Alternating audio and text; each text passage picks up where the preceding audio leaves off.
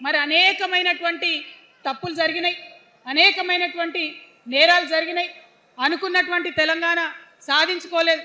మరి ఆ తప్పులో ఎక్కడో ఒక దగ్గర నాకు భాగం ఉందని చెప్తున్నప్పుడు మరి కేవలం క్షమాపణ చెప్తే సరిపోతుందా? ఏ తెలంగాణ అయితే కావాలనుకున్నామో, ఏ సామాజిక న్యాయ తెలంగాణ అయితే రావాలని అనుకుంటున్నామో దానికోసం నడుం బిగించి కష్టపడి పని చేయాల్సిన అవసరం కూడా ఉంది. మరి ఇవాళ పని చేయడం కోసమే తెలంగాణ రాష్ట్ర సేన ఇవాళ తెలంగాణ ప్రజల ముందుకు వచ్చింది. రేపటి నుంచి మీరు చూస్తారు మా పని ఎట్లుంటుందో, మా పనితీరు ఎట్లుంటుందో. ఎందుకంటే ఏ పోరాటం చేయాలన్నా, ఏ ప్రజలకు మంచి చేయాలన్నా కేవలం కొట్లాడితే సరిపోదు, దానికి రాజకీయ అధికారం కూడా ఉండాలి. రాజకీయ అధికారం తోడైనప్పుడే ప్రజలకు చేయాలనుకున్న మంచి చేయగలుగుతాం. అందుకే ఇవాళ పార్టీ పెట్టేది. అదర్వైజ్ గత 11 నెలల నుంచి తెలంగాణ జాగృతి చేస్తున్న పోరాటాలు మీరు చూస్తున్నారు. ఎన్ని పోరాటాలు తీసుకున్నాం, ఎన్ని రకాలుగా సక్సెస్ సాధించడం మీరు చూసిండ్రు. కానీ ఉట్టి పోరాటాలు సరిపోవు, ఖచ్చితంగా రాజకీయ అధికారం ఉండాలి. దానికోసమే ఇవాళ తెలంగాణ రాష్ట్ర సేన మీ ముందుకు వచ్చిందని చెప్పి నేను సగర్వంగా ప్రకటిస్తూ ఉన్నాను.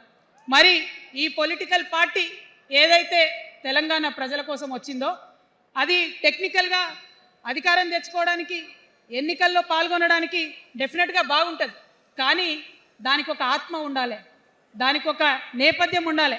ఇవాళ బీఆర్ఎస్తో అదే కదా ప్రాబ్లం. టెక్నికల్గా బాగున్నారు, ఎలక్షన్ పోతున్నారు, సీట్లు గెలుస్తున్నారు, కానీ తెలంగాణ ఆత్మను కోల్పోయింది. కాబట్టే ఇవాళ తెలంగాణ రాష్ట్ర సేన వచ్చింది. నేను తెలంగాణ ప్రజలందరికీ చేతులు జోడించి నమస్కరించి ఒక మాట చెప్తున్నా, హార్ట్ఫుల్గా చెప్తున్నా, నా హృదయాంతరాల నుంచి ఒక మాట చెప్తా ఉన్నా. నేను తెలంగాణలో ఉన్న 3.5 కోట్ల మంది తెలంగాణ బిడ్డలందరికీ ఒక అమ్మగా పరిణితి చెందాలనుకుంటున్నా.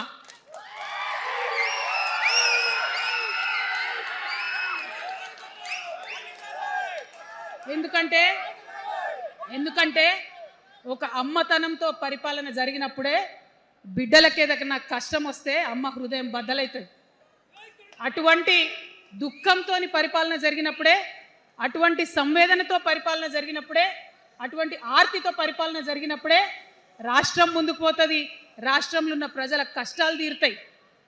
ఎన్నిసార్లు ఎన్ని రకాలుగా ఆలోచన చేసినా మన తెలంగాణ రాష్ట్రంలో అనేక రోజుల నుంచి, అనేక సంవత్సరాల నుంచి ఒక భూస్వామ్య వ్యవస్థ నడిచింది. మనకు తెలుసు, అనేక రకాల పోరాటాలు వచ్చినాయి. సమానత్వం కోసం ప్రయత్నం చేసినాం, పోరాడుతూనే ఉన్నాం.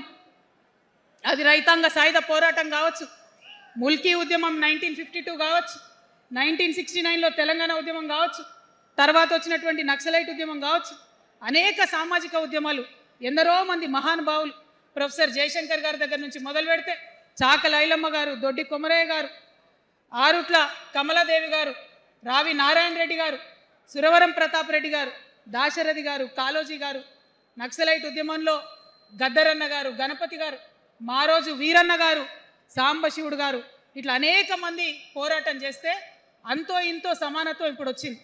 మలిదశ తెలంగాణ ఉద్యమంలో కేసీఆర్ గారు, అట్లానే ప్రాణాలు ఇచ్చినటువంటి ఇషాన్ రెడ్డి గారు, యాదయ్య కావచ్చు, సువర్ణ కావచ్చు, అనేక మంది కొట్లాడితేనే ఇవాళ తెలంగాణ రాష్ట్రం వచ్చింది.